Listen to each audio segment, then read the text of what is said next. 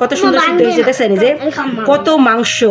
কিমা দোকানে কিন্তু এত মাংস দেয় না মোমোতে, দেখছেন না যে অনেক কত জুসি আর সিদ্ধ হয়েছে, কত সুন্দরভাবে সিদ্ধ হয়েছে। কিন্তু এটা হয়েছে আরেক ডিজাইনের মোমো, আমি ওইটা বানিয়েছি এক শেপ দিয়ে, আর এটা হচ্ছে আরেক শেপের। এই যে দুইটা কিন্তু আমার দুই শেপের হয়েছে, দেখতে পাচ্ছেন।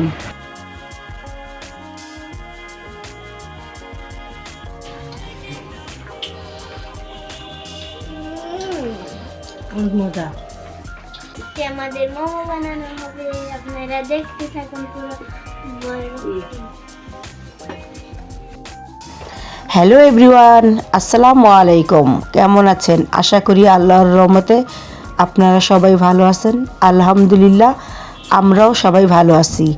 তো আজকে বাচ্চাদের বায়নায় বানানো হবে চিকেন মোমো। এখানে আমি প্রায় হাফ কেজির থেকে একটু কম মুরগির বুকের মাংস নিয়েছি। সেই মাংসটাকে আমি খুব ভালোভাবে ধুয়ে পানি ঝরিয়ে এভাবে আমি চাকু দিয়ে আর কি চপ করে নিয়েছি খুব মিহিভাবে। তো এখন আমার মাংসগুলো চপ করা শেষ। এখন আমি এটা একটা বাটিতে নিয়ে নিব। বাটিতে নিয়ে তারপরে এখানে আমি অন্যান্য সব কিছুই আর কি মিশাবো। তো মাংসগুলো আমি আপনাদেরকে দেখালাম যে খুব ভালোভাবেই মিশ হয়ে গেছে। আর এখানে আমি নিয়েছি পেঁয়াজ কুচি, কাঁচামরিচ কুচি, পেঁয়াজ কলি কুচি, ধনেপাতা কুচি, আর নিয়েছি সয়া সস। এগুলো আমি এক এক করে এখানে মিশিয়ে দিব। তো আমার আরও কিছু একটু বাকি ছিল, মানে আদা রসুনটা একটু জমানো ছিল, ওটা আমি রেখে দিয়ে এখানে আমি ময়দার কাছে চলে এসেছি। তো মোমো বানানোর জন্য আমি এখানে 2 কাপ ময়দা একটা চালনির মধ্যে নিয়ে খুব ভালোভাবে চেলে নিয়েছি। তারপরে এখানে আমি সামান্য পরিমাণ একটু লবণ দিয়ে ভালোভাবে মিশিয়ে নিয়েছি ময়দাটা লবণের সাথে। তারপর এখানে আমি কুসুম গরম পানি দিয়ে অল্প অল্প করে আমি ময়দাটাকে খুব ভালোভাবে মিশিয়ে নিব। তারপরে ভালোভাবে ময়দাটাকে ময়ান করে তারপর আমি কিছুক্ষণ এটাকে রেস্টে রেখে দেব। তো এখন আমি ভালো করে আগে ময়দাটা মেখে নিই। এই তো এখানে আমার খুব ভালোভাবে খুব মসৃণভাবে ময়দাটা মাখা হয়ে গেছে। এই তো দেখতে পাইতেছেন ময়দাটা কত সফট হয়েছে ময়ান করতে করতে। তো ময়দাটা তো আমি এখন রেস্টে রাখবো। রাখার আগে আমি একটু সয়াবিন তেল দিয়ে উপরটা একটু ভালো করে লাগিয়ে তারপর আমি ময়দাটা ঢেকে রেখেছি। আর এই যে এখানে আমার যেগুলো একটু বাকি ছিল সেটা হইতেছে গোলমরিচ গুঁড়া। গোলমরিচ গুঁড়া আমি এখানে দিয়ে দিলাম, এটা হইতেছে কালো গোলমরিচের গুঁড়া। আর দিয়ে দিলাম সামান্য একটুখানি লবণ, যেহেতু আমি এখানে সয়া সস দেব তাই লবণের পরিমাণটা আমি একটু কমিয়ে দিলাম। তারপরে দিয়ে দিলাম আদা রসুন বাটা। আর এখানে আমি দিয়ে দিয়েছি প্রায় 2 চামচের মতো সয়া সস। তো এগুলো আমার দেওয়া শেষ। এখন আমি এই সমস্ত উপকরণগুলো খুব ভালোভাবে একসাথে মেখে নিব।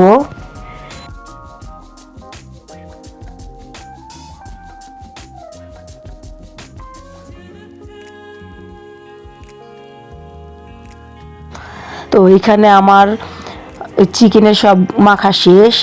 তারপর শেষে আমি একটু সয়াবিন তেল গরম করে এখানে দিয়ে দিলাম। তো সয়াবিন তেলের সাথে আর মুরগির মাংসগুলো সব একটু ভালোভাবে মিশিয়ে নিলাম। এখন আমি এটাকে রেস্টে রেখে দিব। আর এই দিক দিয়ে আমার মা চপিং বোর্ডে ময়দাটাকে খুব সুন্দরভাবে একটু লেচি করে তারপরে ছোট ছোট করে পিস করে একটা ছুরির সাহায্যে কেটে নিতেছে। এখন একটা লিচি দিয়ে কিন্তু বেশ কয়েকটাই আর কি চিকেন মোমো হবে। ওগুলো আমার মা সাইডে রেখে দিয়ে তারপরে এক এক করে ছোট ছোট করে রুটি বেলে দিতেছে। আর আমি এইখান দিয়ে চিকেনটা দিয়ে মোমোর আর কি শেপটা দিব। তো প্রথম আমি একটা মোমোর শেপ দিতেছি। তো দেখেন আপনারা আমি মোমোর শেপটা কিভাবে দিতেছি, খুবই সহজ, খুবই ইজি। এইভাবে এক সাইড থেকে ধরে এরকম ছোট ছোট কুচির মতো দিয়ে তারপরে আমি মোমোর শেপটা দিতেছি। এটা আর কি দেখতে খুবই সহজ, যে কেউ আর কি পারবে। প্রথম আমিও ভাবছিলাম যে আমারটা হবে কি হবে না, তারপরে দেখি না আলহামদুলিল্লাহ খুব সুন্দর হয়েছে। এই তো একটা মোমোর শেপ আমার রেডি হয়ে গেছে, খুব সুন্দর হয়েছে দেখতে। আর এটা হয়েছে আরেকটা শেপ, আমি আর কি দুই ধরনের শেপ দিলাম, দেখতে দুটোটাই কিন্তু খুব সুন্দর লাগতেছে। একটা হচ্ছে এই শেপ আর একটা এই শেপ। তো আমার মা কিন্তু এক এক করে ময়দাগুলা রুটিগুলা বেলে দিতেছে আর আমি এক এক করে শেপ দিতেছি। এখনও কিন্তু আমাদের মোমোগুলো স্টিম দেওয়ার মতো হয় নাই, কয়েকটা আগে বেশ বানিয়ে তারপরে আমরা এগুলাকে স্টিম দিব।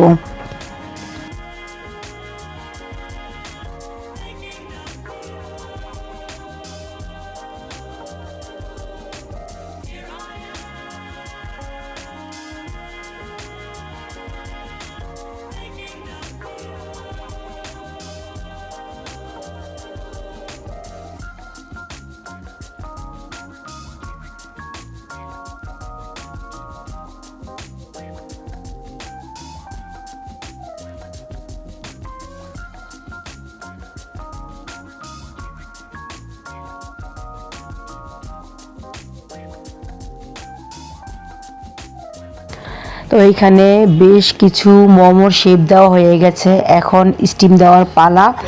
তো একটা হাঁড়িতে কিছুক্ষণ আগেই পানি বসিয়ে রেখেছিলাম, আর এই জালিটার ভিতরে এখন একটা একটা করে মোমো দিয়ে দিব।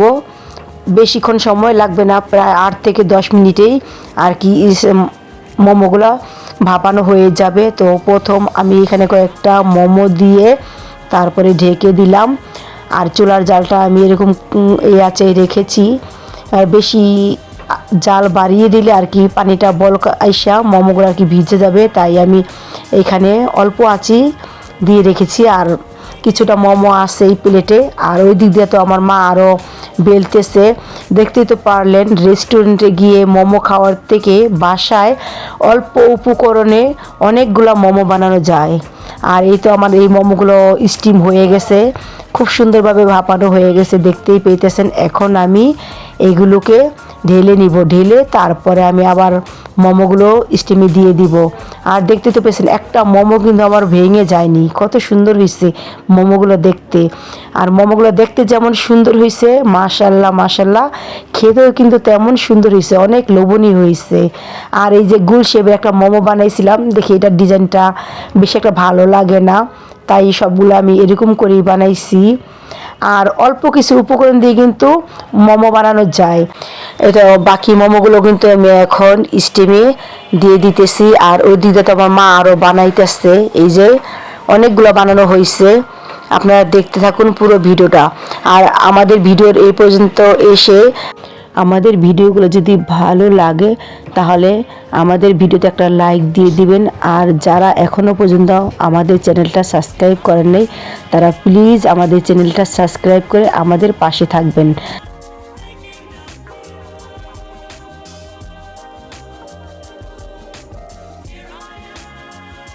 দেখেন অল্প সময় অল্প একটুখানি মাংস দিয়ে প্রায় 700 টাকার মোমো আমরা বাসায় বানিয়ে ফেলছি।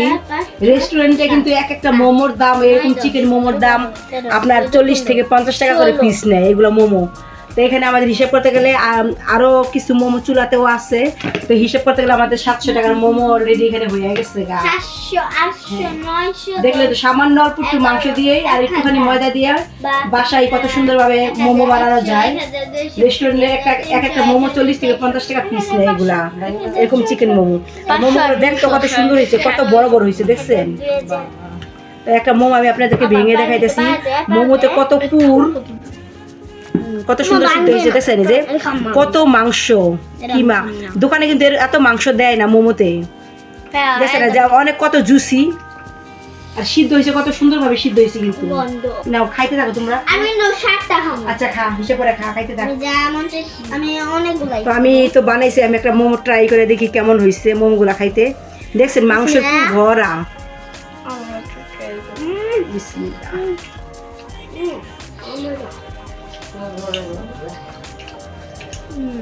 সেই মজা, সেই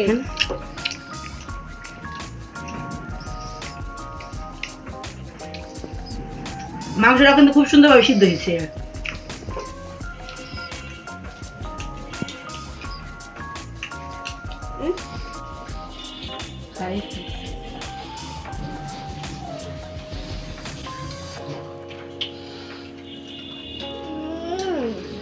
অনেক মজা।